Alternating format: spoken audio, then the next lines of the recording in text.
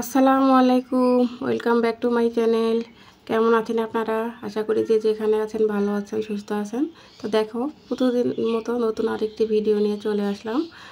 তো আজকে আমি তোমাদেরকে দেখাবো খুব মজাদার একটা ডাল। তো 1 কাপ ডাল আর 2টা ডিম দিয়ে কিভাবে পরিবারের সবার জন্য রান্না করা যায় সেটাই তোমাদের সঙ্গে শেয়ার করব। তো চলো শুরু করা যাক। তো দেখো, এখানে আমি 2টা ডিম আর 1 কাপ পরিমাণ মসুরের ডাল নিয়েছি। তো এটা দিয়ে আজকের রেসিপিটা তৈরি হবে। তো চলো রেসিপিটা শুরু করা যাক। তো সবার আগে আমি ডিম দুটো গুলিয়ে নেব। এখানে 2টার মতো কাঁচামরিচ আর একটা বড় সাইজের পেঁয়াজ কুচি করে নিয়েছি।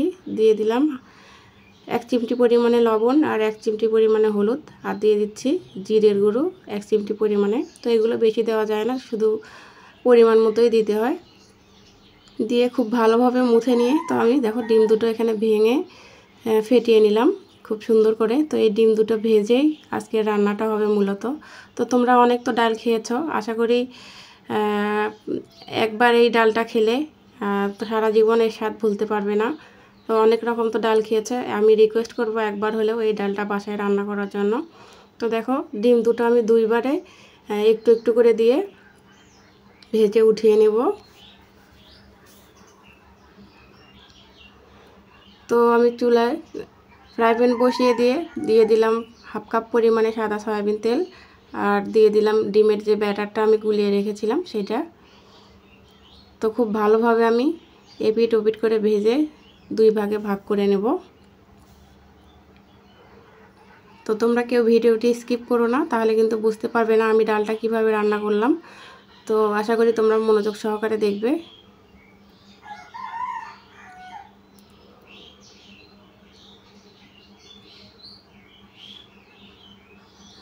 তো দেখো এইভাবে লাল লাল করে আমি ডিমগুলো ভেজে নেব। তো একইভাবে আমি বাকি ব্যাটারটা দিয়ে ডিমগুলো ভেজে নেব। তো আমার বন্ধুরা, যদি আমার এই ভিডিওটি দেখতে দেখতে কোনো একটা জায়গা তোমাদের ভালো লেগে যায়, তাহলে অবশ্যই লাইক, কমেন্ট এবং শেয়ার করে দিও বেশি বেশি করে। তোমরা নিজেরা যদি কোনো উপকৃত হও, তাহলে অন্যদেরকে দেখার সুযোগ করে দিও। তাই আমি রিকোয়েস্ট করব তোমরা এই ভিডিওটি বেশি বেশি করে শেয়ার করে দেবে।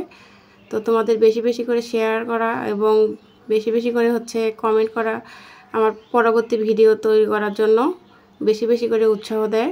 তো আমি রিকোয়েস্ট করব এই ভিডিওটি নিজে দেখবে এবং অন্যদেরকে দেখার সুযোগ করে দেবে। তো দেখো ডিমগুলো উঠিয়ে নিলাম। তো আমি এই একই তেলের মধ্যে কয়েকটা শুকনো মরিচ দিয়ে দিলাম। আমি আর এখানে তেল ব্যবহার করব না, যে তেল আছে ওই তেলে রান্না করব। আর দিয়ে দিলাম 1 চা চামচ গোটা জিরে আর 2টা তেজপাতা। এগুলো আমি ফোড়নে দিয়ে দিলাম।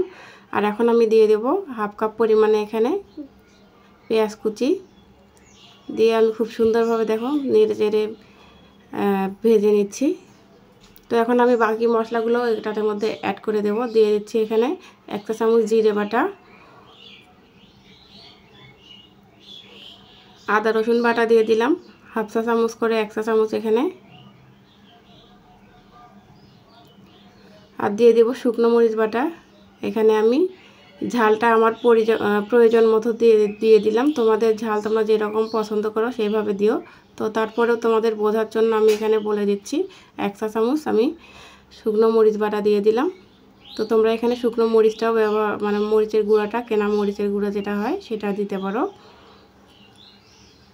তো বাটা মশলায় কিন্তু রান্নার স্বাদ বেশি হয়, এই জন্য আমি সব কিছু বেটেই দিলাম। তো দেখো সব কিছু কষিয়ে নেওয়া হয়ে গেছে। আমি যে ডালটা ধুয়ে রেখেছিলাম দেখো সেইটা দিয়ে দিলাম। দিয়ে আমি 5-7 মিনিটের মতো খুব সুন্দরভাবে মিডিয়াম টু লো আঁচের মধ্যে এই ডালটা ভেজে নেব এই মশলাগুলোর মধ্যে। তো তোমরা যারা আজকে ফার্স্ট টাইম আমার ভিডিও দেখছো, তো আশা করি তোমাদের ভালো লাগবে। যদি ভালো লাগে চ্যানেলটি সাবস্ক্রাইব করে আমার এই ছোট্ট পরিবারের পাশে থেকে যেও। আর যারা পুরনো বন্ধু আছো তোমাদেরকে জানাই আমার পক্ষ থেকে প্রাণ ভরা ভালোবাসা, কারণ তোমাদের সহযোগিতা ছাড়া আমার এগোনো সম্ভব হতো না। তো তোমাদেরকে জানাই অনেক অনেক অনেক বেশি ভালোবাসা। তো এখানে আমি অল্প পরিমাণে পানি দিয়ে দিলাম। দিয়ে আমি আবারও একটুখানি নেড়ে চেড়ে নিলাম। তো এখন আমি বাকি মশলাগুলো দিয়ে দিচ্ছি। তো এখানে দিয়ে দিচ্ছি আমি স্বাদ মতো লবণ আর পরিমাণ মতো হলুদ।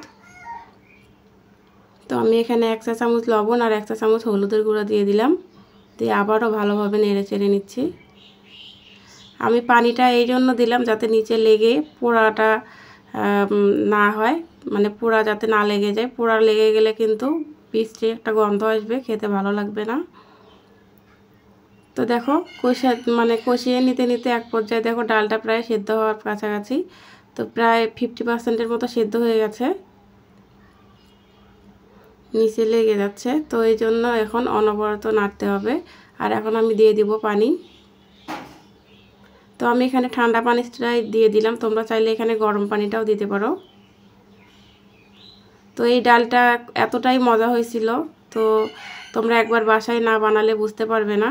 তো শর্টকাট, খুব অল্প সময়ের মধ্যে এবং অল্প পরিমাণে তেল মশলায় কিন্তু আমি এই রান্নাটা করেছি।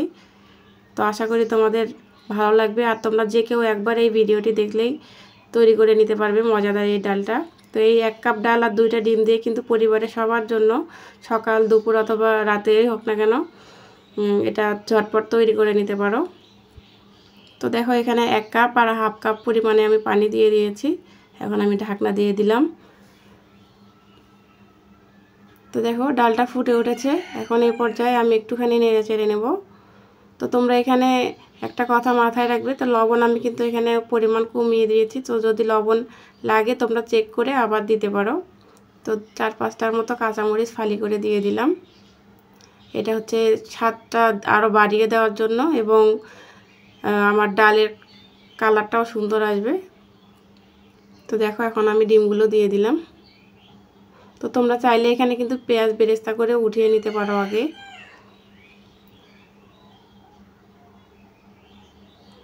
তো এখন দিয়ে দিব আমি ধনিয়া এবং জিরের গুঁড়ো হাফ চা চামচ।